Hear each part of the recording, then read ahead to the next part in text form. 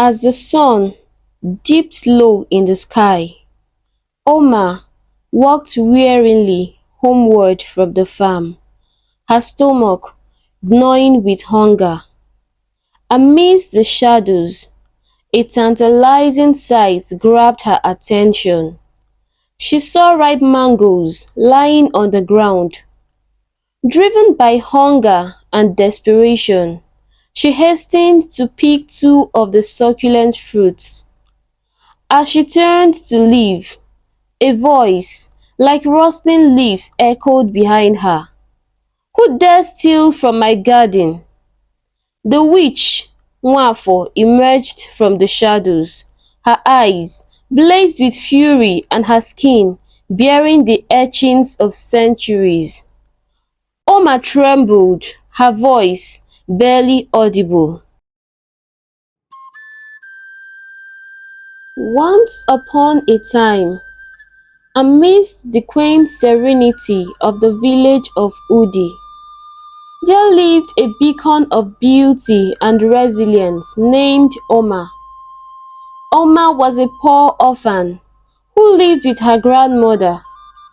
Her mother, Nkechi, had her at a very young age and abandoned her with her grandmother, running to a faraway land. For many years, no one set an eye on her until she caught a disease and came back to her village, Udi, where she died not long after she returned. Her mother, Agbala, took care of Oma from childhood, laboring tirelessly to sustain both of them. She loved Oma very much and raised her to be a lovely child, loved and praised by everyone. She would take her everywhere she went, the market, the stream, and the forest. She also taught her to be contented with whatever they had. Oma grew up to be a wonderful young maiden. On a day that began like any other, Agbala ventured into the forest, her heart light with the promise of provision for herself and her granddaughter. She stumbled upon a dry tree, perfect for firewood, enough to warm their night and perhaps a surplus to sell. Humming a tune of hope, she climbed the tree, eager to harvest its bounty. But fate had woven a cruel twist. The tree was already weakened from its roots and could not bear the burden of her hopes. As she caught at its branches, the tree gave way, falling to the earth with Agbala on its crushing embrace. The forest echoed with her cries of agony until they reached the ears of nearby fishermen, who, guided by her desperate calls, hastened to her aid amidst the fading light. They rushed her to the village medicine man for immediate treatment. Oma couldn't hold back her tears when she saw her grandma in that state. She cried and prayed to God not to allow anything happen to her, as Mama was the only family she had.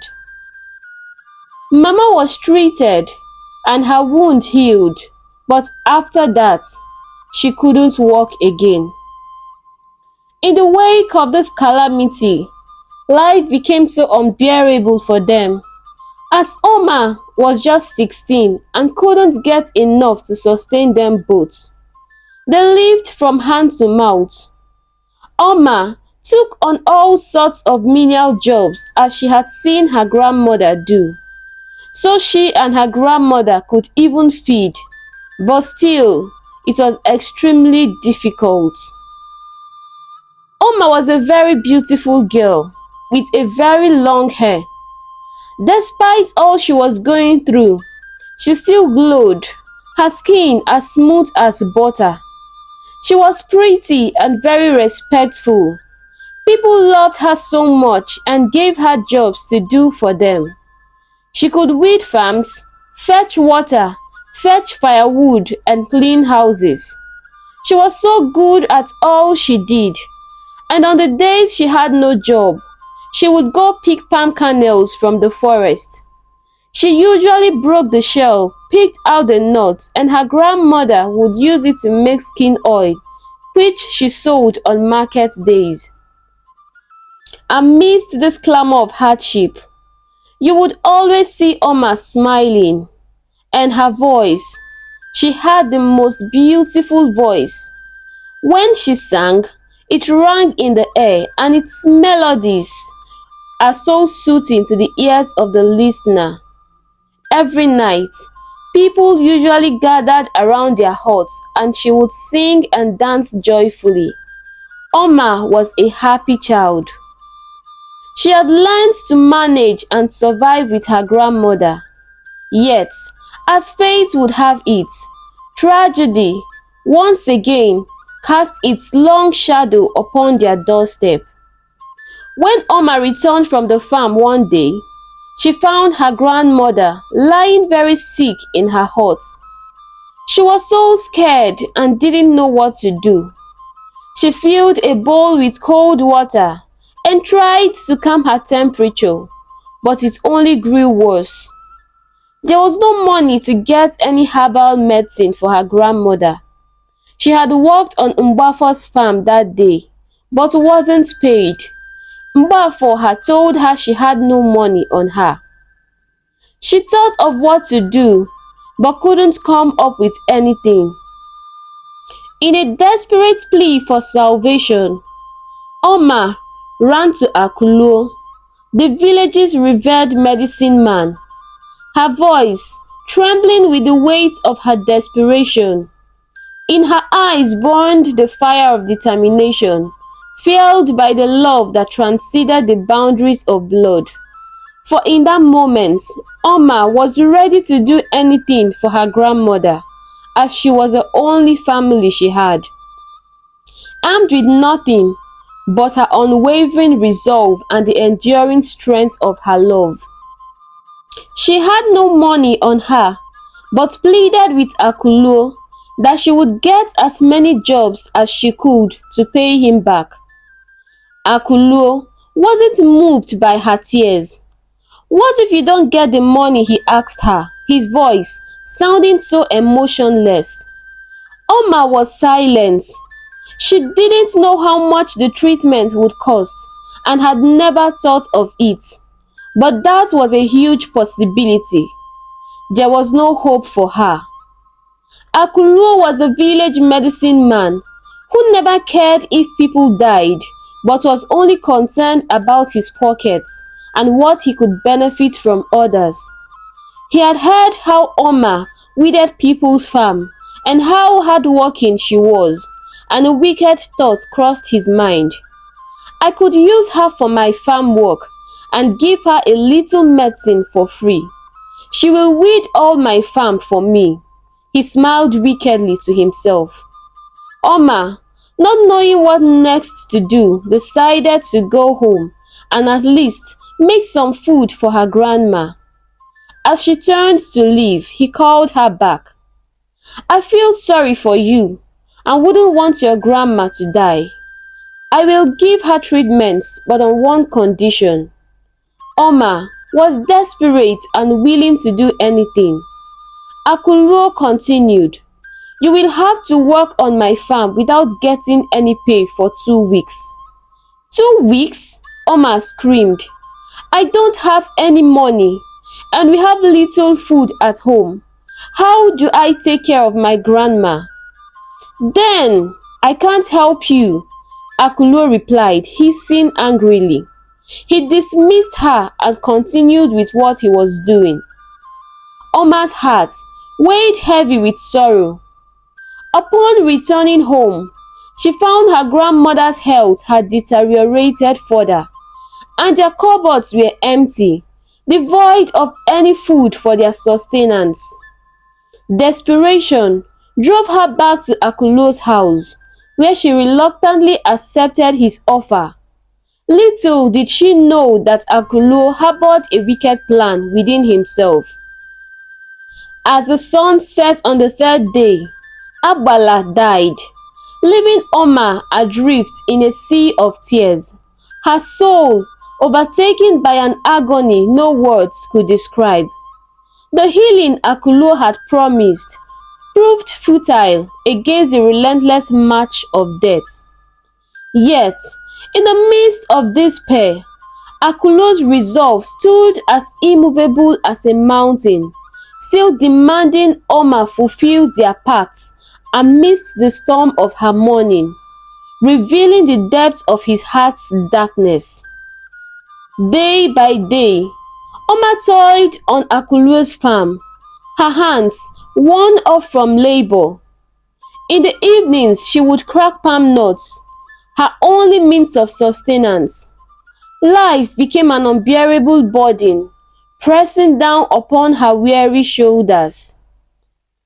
One evening, as the sun dipped low in the sky, Oma walked wearily homeward from the farm, her stomach gnawing with hunger. Amidst the shadows, a tantalizing sight grabbed her attention. She saw ripe mangoes lying on the ground.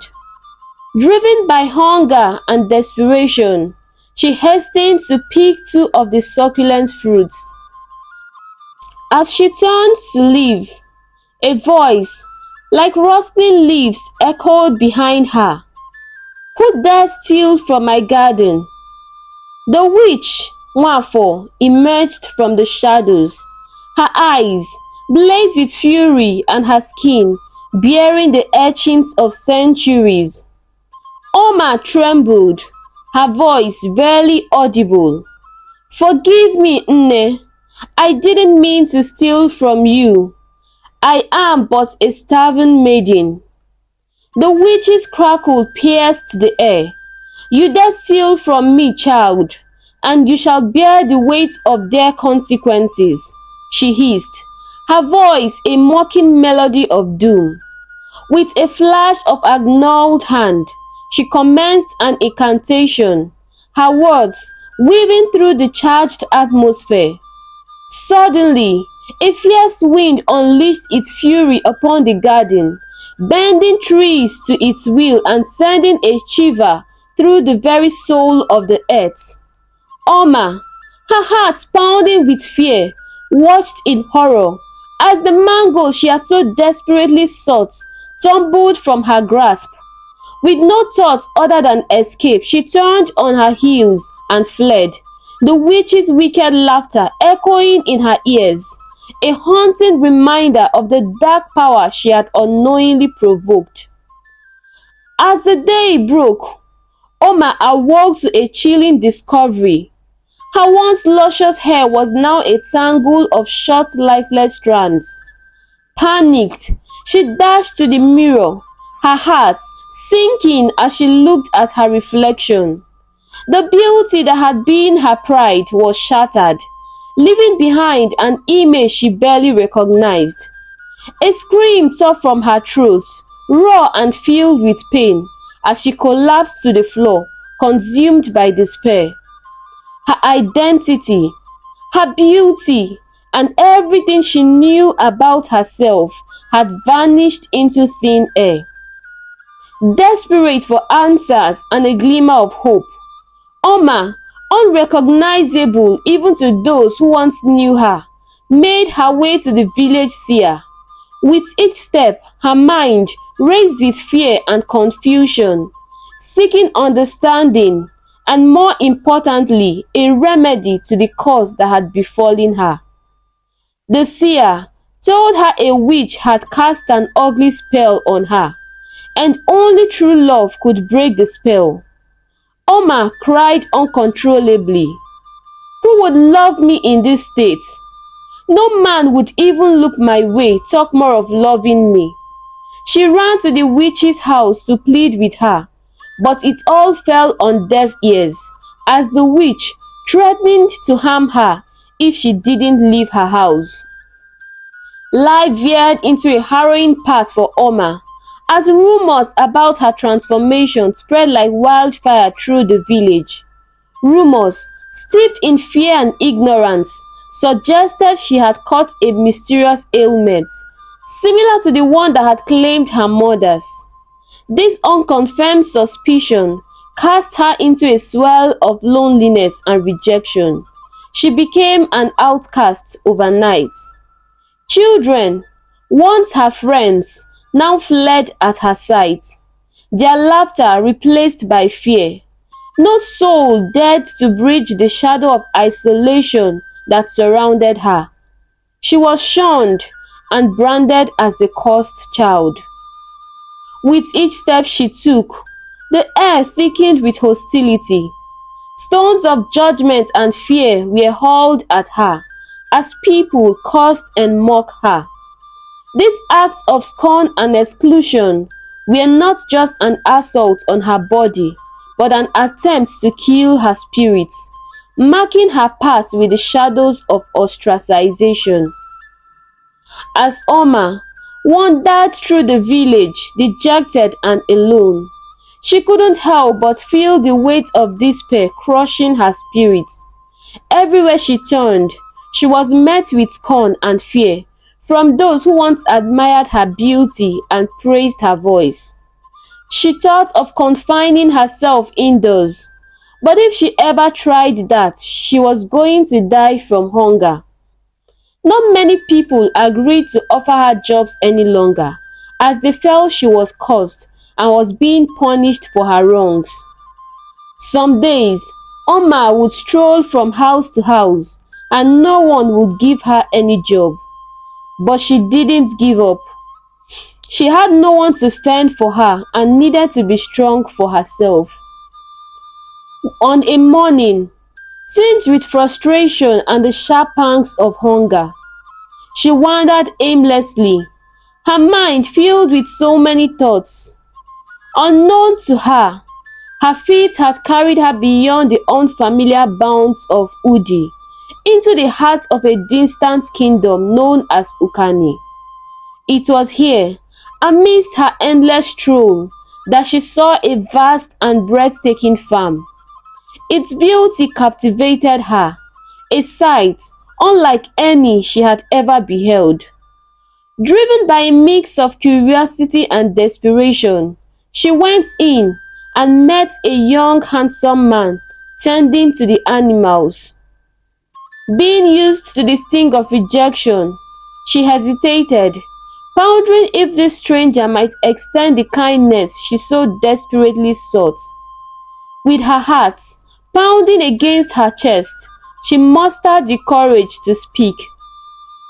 Good afternoon, she stammered, her voice betraying her nervousness.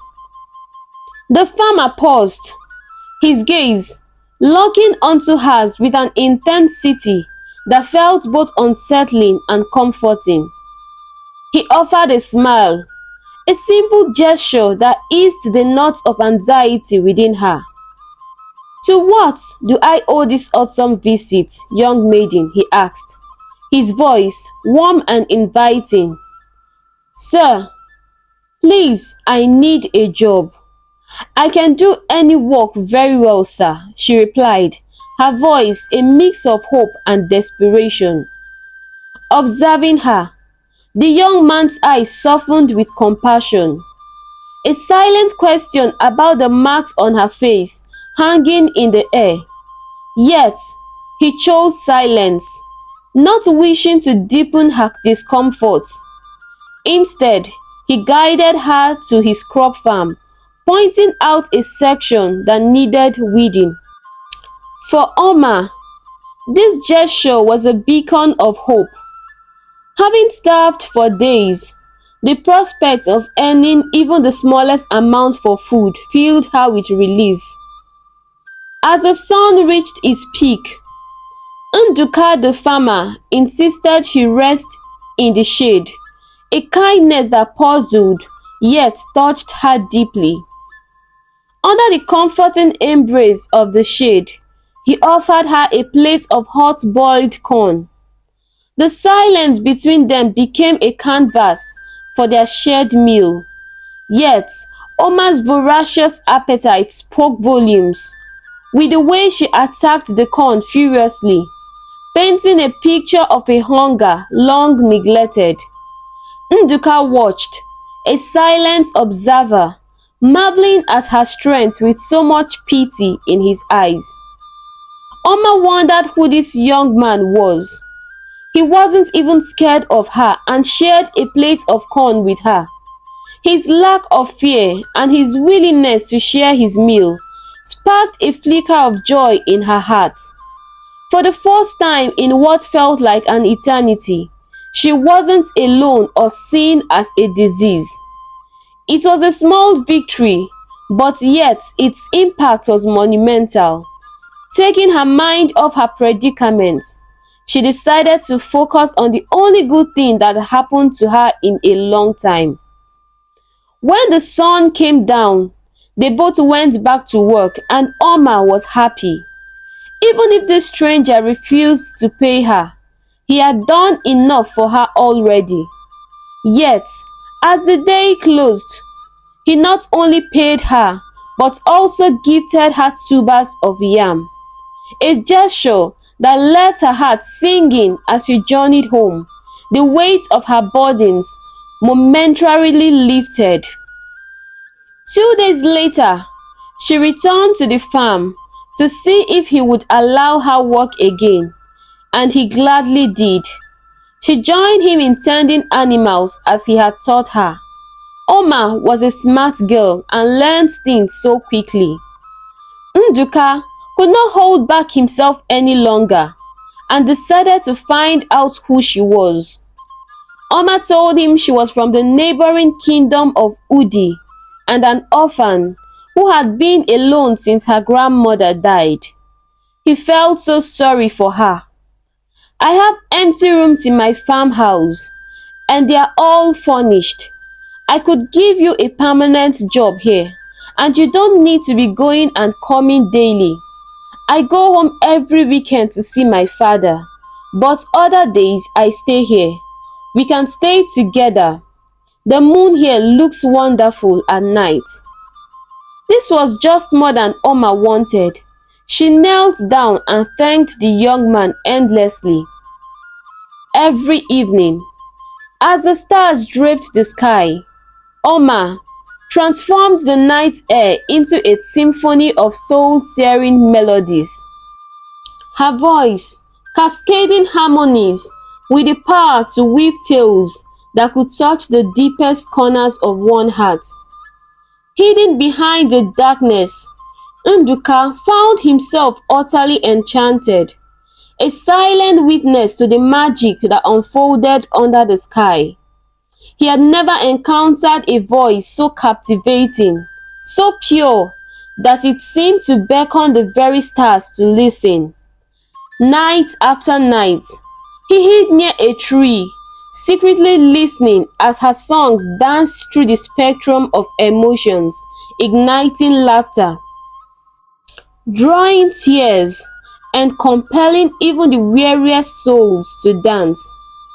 In those moments, with her voice as the only guide, he journeyed through a realm of feeling, spellbound by the beauty woven into every note. Nduka's heart had carried a void since his younger years, a void left by the loss of his beloved mother that he never thought anyone could fill. His mother's voice, which once lulled him to sleep with the sweetest of songs, lingered in his memory, a tender echo of the past. As he listened to Oma's melodies night after night, her voice became a balm, seeping into the empty holes of his heart, awakening a longing he hadn't felt in years. With every note that floated through the air, he found pieces of his heart knitting back together, forcing him to bridge the distance between them, and he longed to be closer to her. Her songs did more than just fill the silence. They rekindled a warmth within him, stirring a deep desire to draw nearer to the source of this newfound solace. One day, as dusk settled over the farm, casting long shadows and bathing the world in a soft golden light. The day's labor came to an end, and the other workers dispersed, leaving only whispers of their presence behind. In these quiet moments, Nduka, with a hint of mischief in his step, approached Omar. "I've had luck today. My trap caught bushmeat. How about joining me for dinner?" he offered, his eyes twinkling with anticipation. Omar, touched by his continuous acts of kindness, felt a warmth spread through her. "I would be delighted," she responded, her voice carrying a note of gratitude. "But allow me to assist in the preparing of the meal." A playful challenge sparked between them as Nduka teased, "Do you believe your cooking skills surpass mine?" His jest was light, a dance of words between two souls inching closer. With a gentle laugh, Omar deflected, her heart swelling with an emotion she hadn't felt in so long. "It's not about who cooks better. You've shown me nothing but kindness, something I've missed dearly." Her words, a whisper of vulnerability, touching upon her deepest insecurities. Nduka's question, "Do you mean your face?" pierced into her heart, drawing up memories that she tried so hard to forget. She nodded, her defenses crumbling as tears threatened to break free. But Nduka, being a man filled with compassion, stepped closer, enveloping her in an embrace that spoke volumes, offering her comfort without words. In that moment, he chose never to talk about her pain, focusing instead on the bond that had begun to grow between them. A connection beyond looks that spoke directly to the heart. Over a dinner illuminated by the flickering lights of lanterns, with the night silence enveloping them, Nduka shared the story of his journey. His words painted the clear picture of a man whose wealth was beyond the expanse of his lands and the abundance of his harvest, but in the joy he found in the earth beneath his feet and the life he nurtured with his own hands. He was a farmer of rare breed, one whose soul was intertwined with nature, finding satisfaction in the daily communion with his crops and animals. As they ate, Nduka's voice softened, a note of admiration threading through his words, as he confessed how Omar's nightly melodies had become a cherished sound across his fields. He told her that her songs were not just music to his ears, but healing to his spirit, a nightly ritual he always looked forward with eager anticipation. Omar, caught between surprise and delight, found herself enveloped in laughter. Nduka told her stories which were not mere narratives but also very funny. As she laughed, the air around them seemed to sparkle with an invincible magic, the kind that weaves two souls closer in the most unexpected of moments. As the days grew, they found happiness in each other's company. At night, they would sit and have a long chat, and Omar would sing him beautiful songs while they both sat and watched the moon. Day after day, Nduka observed, captivated by the spectacle of Omar, as she tended to the animals with infectious joy and boundless kindness. Each gesture, each tender touch she bestowed upon the creatures under her care was a melody of compassion that resonated deeply within him. It was as if her very soul danced in harmony with the natural world, a testament to the purity of her heart. Nduka, breaking past her physical looks, saw the true essence of Oma's spirit.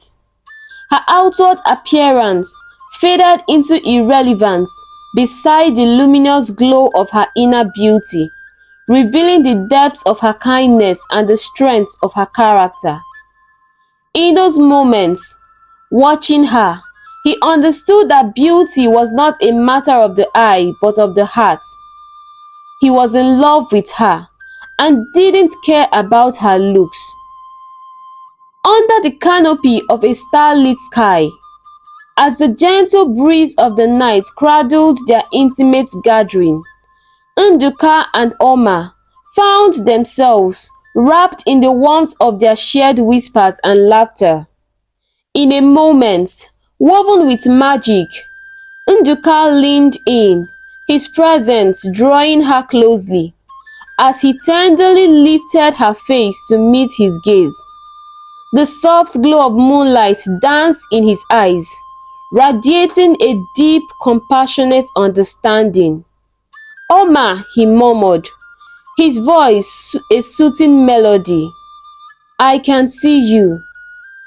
I see an unmatched beauty that surpasses physical beauty, a radiance that the heart alone can perceive. Allow me to be your steadfast companion, to show you a love that looks far beyond the exterior to the essence within." Oma's heart melted as their lips met in a kiss that bridged souls and mended broken dreams. Oma felt a cascade of warmth and acceptance envelop her, a sensation she feared had been irrevocably lost. Their embrace was electrified by a kiss, so passionate that it seemed to command the very elements, summoning a gust of wind that swirled around them. And then, in an instant that felt suspended in time, Nduka found himself gazing at a transformation, miraculous and profound. Oma, now freed from the curse that had made her true beauty, stood before him, more breathtaking than he could ever imagine. He was shocked. She told him about the witch's curse. Her revelation of the witch's curse left him in awe, yet his embrace tightened, a silent vow of protection and love. Whispering words of comfort and promise, Nduka pledged to remain by Oma's side, rising against any storm that might dare to separate them. At that moment, their love was sealed, a bond unbreakable, a testament to the power of a love that sees with the heart, unswayed by the trials of the external world.